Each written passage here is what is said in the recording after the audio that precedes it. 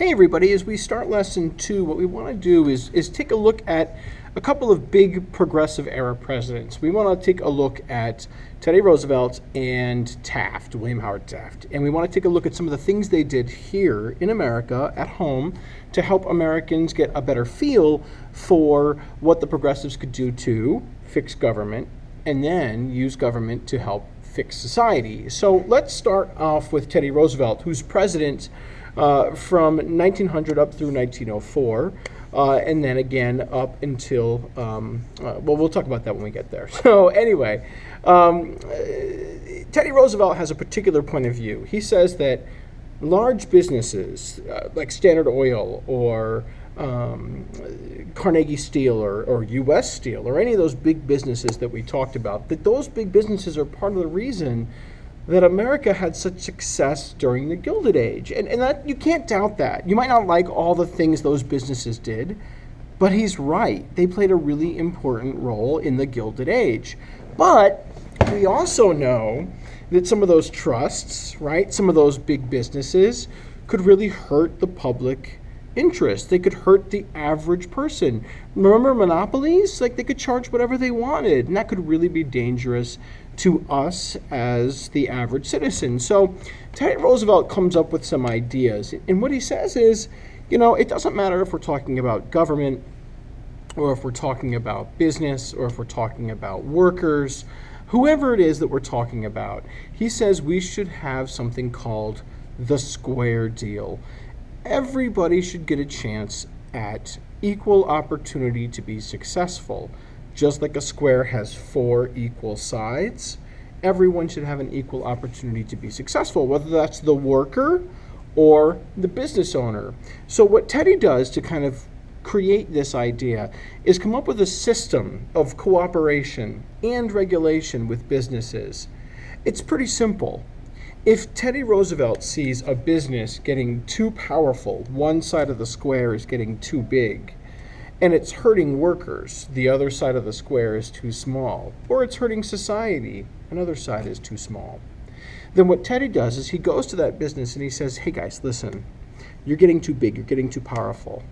What we want to do is offer you a chance to fix the problem. Shrink yourself down on your own accord. Choose to treat everyone well. Choose to do the right thing. If you do, no harm, no foul. Government doesn't have to get involved. Government doesn't have to regulate. If you choose not to do what you have to do, then the government's going to have to come in and shut you down and regulate you so that you do what needs to be done.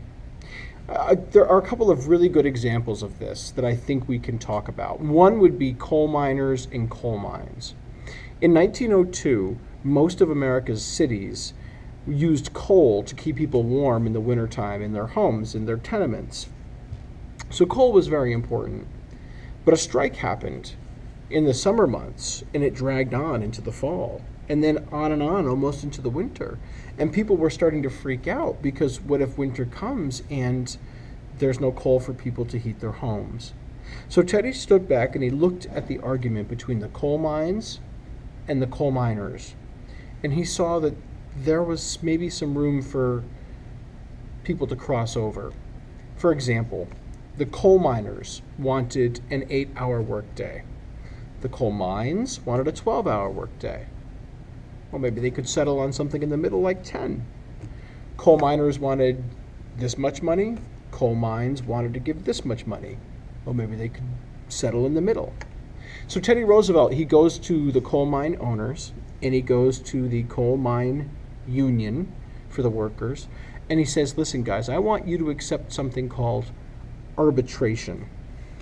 Arbitration is when a neutral party comes in, listens to your arguments, and says, well, here's what you're saying, and I hear what you're saying. I'm going to make the final decision. Here it is. This is what's fair. And hopefully the two sides will agree to do that.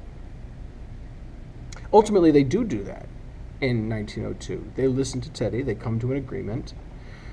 He, of course, actually threatens them to bring in the army if they don't come to an agreement, but Nevertheless, they cooperate and they solve the problem, they accept arbitration, and the miners start working again, and the coal starts flowing, and Teddy doesn't have to send in the army to straighten things out. Cooperate, so we don't have to regulate. Another one, Roosevelt established something called the United States Forest Service. Now, why would he do this? Well, he wants to manage wood resources, timber, around our country, because, businesses were really using wood fast. And that's all well and good. When you have a lot of wood to use, you don't have to worry about it. But what happens if you use too much? Well, then all of a sudden, you're going to be in a really tough spot. So the United States Forest Service was done to say, not that you can't use wood, but based upon what we're looking at, you can use up to all of this wood. You just got to stop right there so that the wood can grow back, and then you can reuse it. It's a way to regulate while still cooperating with business and giving them a lot of wood to use for their companies. Another example of this would be our natural resources and our national parks. Teddy Roosevelt said there are some things in our country which are just so awesome they should be protected. These awesome natural wonders like the Grand Canyon or Old Faithful, the gigantic geyser that shoots up, or Glacier National Park. These things are just too amazing to let businesses in and take advantage of.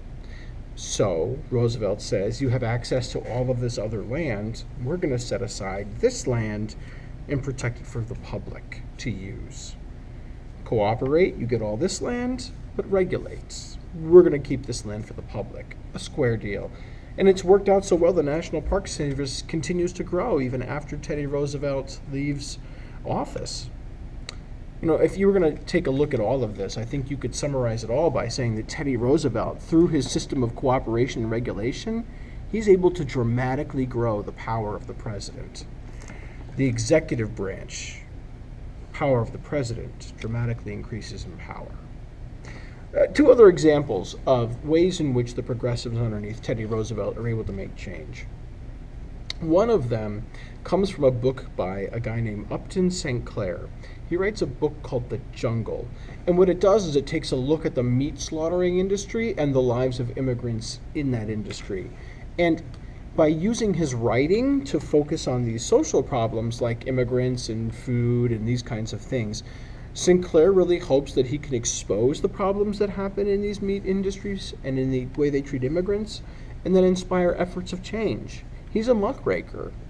In fact, his book, The Jungle, so enrages consumers with the way it describes meat packing and the way it describes the food industry that our government actually passes two laws, the Meat Inspection Act and the Pure Food and Drug Act. And both of these were designed to help fix a problem in society. So I think, that should give you a good foundation with how Roosevelt looks at big business and he looks at society. When he leaves office and President Taft comes in, well, things are a little bit different because President Taft did not trust big businesses at all. In fact, President Taft goes after big business twice as many times as Roosevelt did. And he wins a lot of court cases. This really upsets former President Roosevelt, who's sitting at home watching President Taft sue all these big businesses, trying to regulate them. And Roosevelt really thinks that, but Taft breaking up so many of these trusts, so many of these big businesses, that the system of cooperation and regulation he came up with is going to break down. That really upsets Roosevelt, especially when Taft uses his executive power to fire leaders of executive departments for insubordination. And these were people that Roosevelt had picked out, like a guy named Gifford Pinchot, who was then head of the Forest Service. Gifford Pinchot, Pinchot Park right up here, right? Roosevelt invited him in. Taft didn't like the way he worked, thought he was insubordinate, he was disobedient, so he fires him. This really upsets Roosevelt. So, when Roosevelt leaves office in 1908 and William Howard Taft takes over, those 4 years are going to really upset Roosevelt, so that 4 years later, in 1912, Roosevelt is really, going to want to come back and try and fix what he views is the mess that Taft made. And we'll talk much more about that in an upcoming lesson.